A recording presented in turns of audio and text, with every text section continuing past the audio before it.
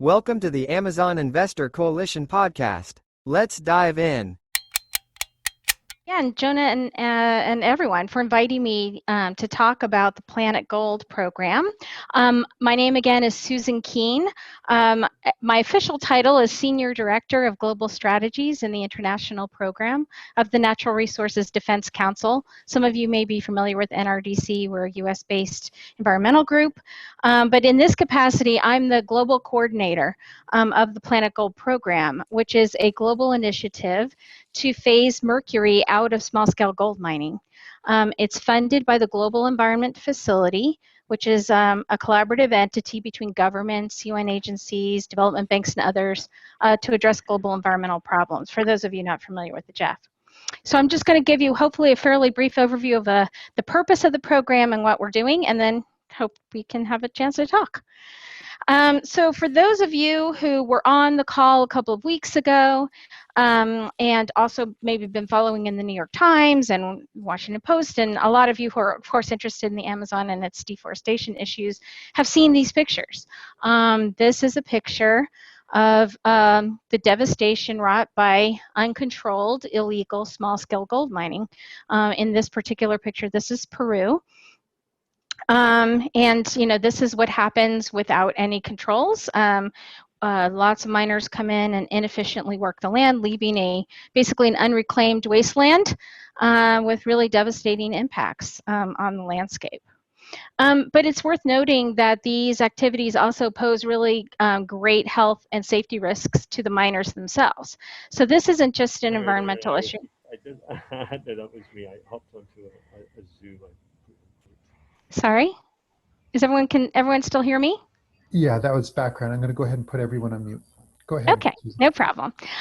So this is, just to note that we think of this as a big environmental problem, which of course it is, but this is a big risk to human health as well. But what you may be less aware of is that small-scale gold mining is not unique to the Amazon. It is a global phenomenon. It's practiced in at least 80 countries. There are estimates of up to 20 million miners directly involved, of whom about 4 million are women and children. And it's an extremely important source of livelihoods in many rural areas around the world. But of course, it's also associated with these, not always, but sometimes associated with negative social and environmental impacts, including not deforestation, of course, but also mercury pollution. And in fact, artisanal and small-scale gold mining, you'll see it abbreviated as ASGM, is the largest source of mercury pollution in the world. People often hear about coal-fired power plants, and those are a big source, but small-scale gold mining contributes more mercury to the global atmosphere. And this map shows the estimated tons of mercury released to the atmosphere by country. And of course, you can see, quite a lot of red in the Amazon region. And in fact, South America, and mainly those Amazon countries, represent about 40% of global total mercury emissions from small-scale gold mining. Just one caution, these are old numbers. These are from 2012, even though it's a 2018 report. And there are current activities to gather newer data. So these numbers might change. But just to give you a sense of the magnitude of the problem and the contribution that the Amazon region plays in the mercury problem. So fortunately, I guess, the international community has recognized a threat from mercury pollution, not only from this sector, but from lots of other sources. And so far, 124 countries have ratified the Minamata Convention on Mercury, which seeks to control mercury pollution globally from all the major sources. So coal-fired power plants, small-scale mining, uses in thermometers and other products, et cetera.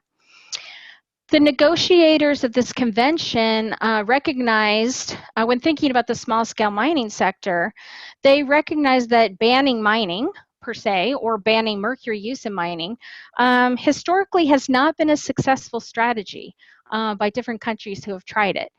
in the long run. There have been short-term gains, with heavy military interventions, et cetera. But in the very long run, what tends to happen is the mining activities start to creep up again as soon as your guard is down, essentially. And those miners just go off into other areas and cause havoc elsewhere. So recognizing this, the convention really looks at it as a transition.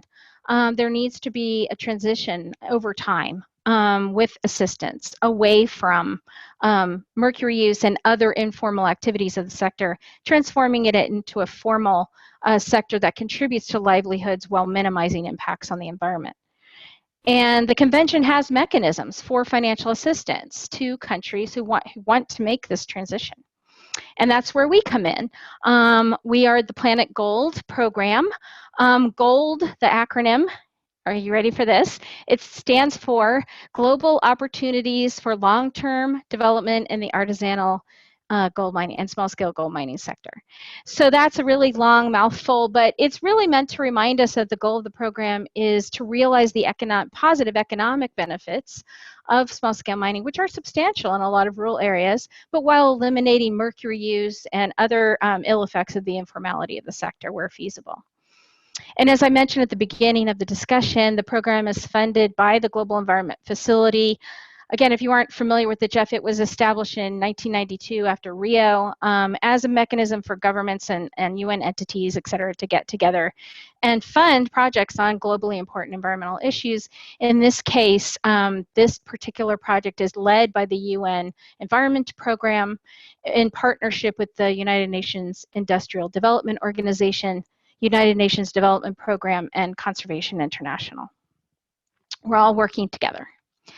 And we, NRDC, are what's called an executing agency. We're working directly with the United Nations Environment Program as a collaborator to implement the program.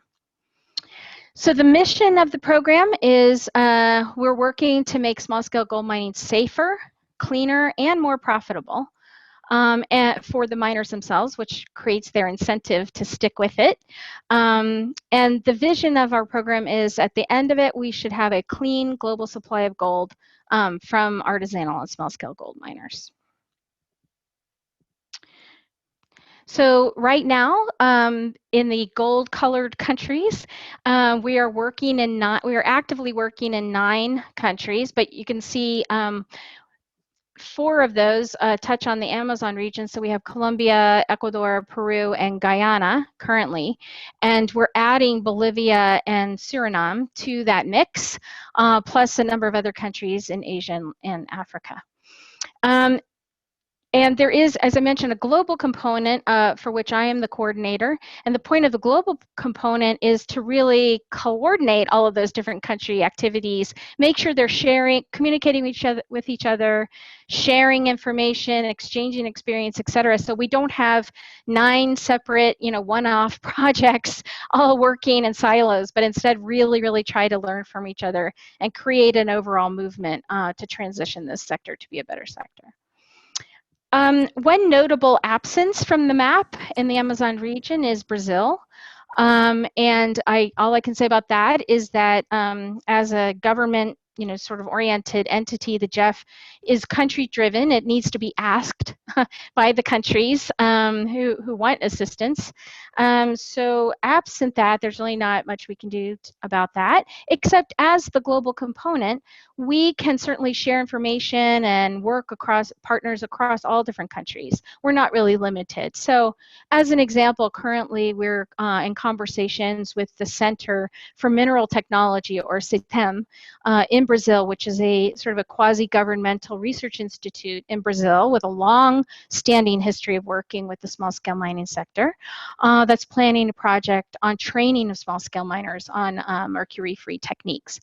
So that's just an example of how we can have a broader reach than just these countries noted. So that's a lot of blah blah program talk, very formal. What do we really want to do here? What is our hope? And as we said in the vision, the vision is really to transform these kinds of scenes, the one you're looking at right now, which is from our Guyana, one of our country projects, into more sustainable practices. So that could mean on a very small scale with an artisanal miner. So this particular photo is Americo, who is an artisanal miner from a traditional Afro-Colombian community. He's posing in front of his well-managed, completely mercury-free site, so that we can work with those kinds of miners. Or we can scale up and work with bigger operations that are much more mechanized, but are nonetheless still considered small scale when compared to large scale mining. And for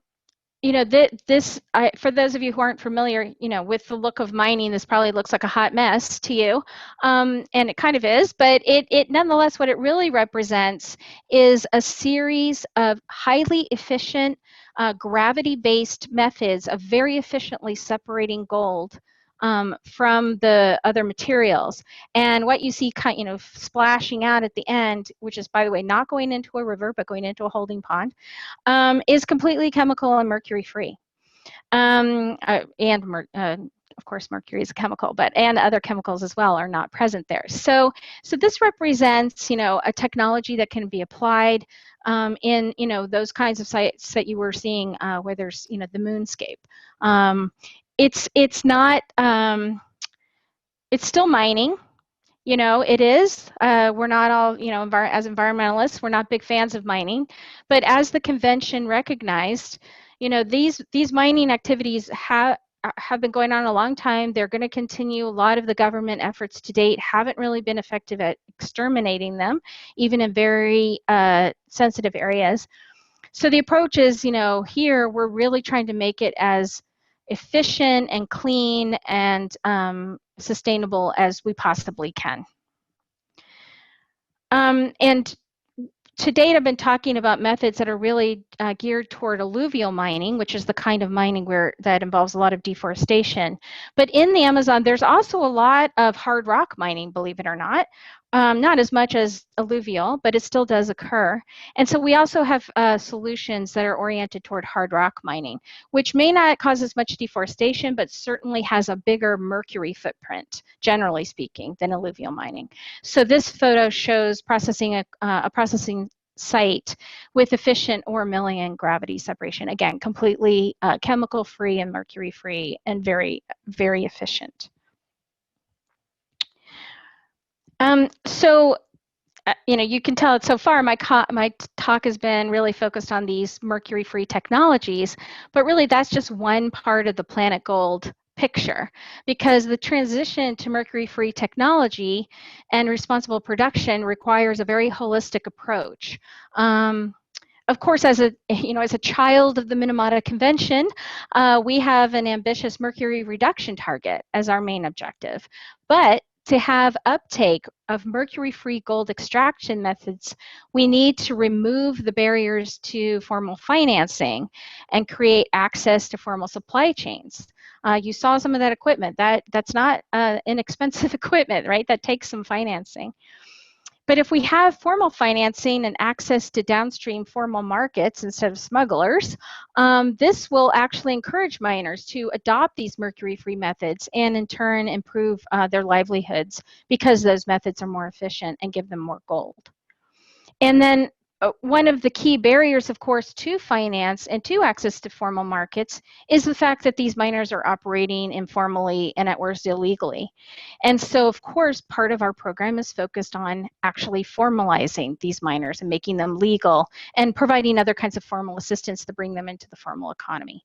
So all of these elements have to work in concert. We can't just go and hand people mercury-free technology, dust off our hands and walk away. This is, if it's going to stick, it has to be a really holistic approach that offers economic incentive to the miners while also creating a more environmentally friendly environment.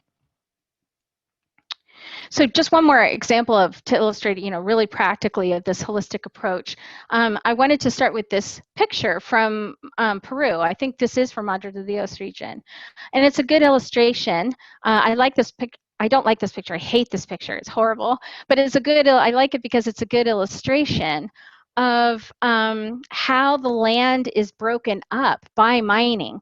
And the reason is they have very inefficient mining techniques. So the miners are hopping, from one pit, mine, dig, get what they can from that inefficient method, hop over to the next one, dig, and so on until you have these huge moonscapes.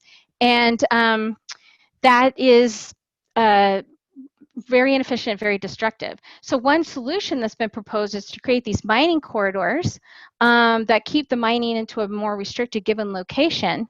But for that to work, you have to have very efficient mining technology so that the miners can get all of the gold from a given location. That requires finance and formality, et cetera, and so on. So it's all a big circle, and that's why we really need these holistic approaches. Just wanted to mention Planet Gold is not only about mercury, but reducing the impacts on the environment, but of course we're also focused on making sure the program participants comply with other kinds of social safeguards for responsible production, including observing human rights and rights of indigenous community, labor rights, etc. So all of the Planet Gold, what we call Planet Gold criteria that our participants have to adhere to, are also observe the typical environmental and social safeguards of any responsible mineral sourcing standard, adding on minimum requirements as well as JEF requirements. And on that note, I did want to point out that some researchers have really begun to formally study the link between transitioning informal small-scale mining to formal small-scale mining. So this recent study by the University of Delaware and a group called PACT did that study, and you can see in this summary, the transition between negative impacts, which are shown in red arrows on the left, to largely positive impacts on most of the SDGs in the right-hand picture. And just to drill down on that a little, Yep, I'm on the almost last slide. So I just wanted to point out to those of you who are interested in impact investing that those SDGs can be translated into measurable impacts. So good health and well-being can be measured in terms of the actual mercury exposure reductions and other improvements in the safety and health of workers in the mining communities. Of course, decent work and economic growth through improved productivity and responsible consumption and production as more and more responsible mercury-free gold flows to jewelers and other downstream buyers. So all of those can be turned into metrics that can be measured and can really show impacts of finance in the sector. Visit our website, planetgold.org, for more details on any of this information. And thanks for your attention. Really appreciate the opportunity. To learn more about our mission and join the coalition, visit www.amazoninvestor.org. Remember to like, comment, and share.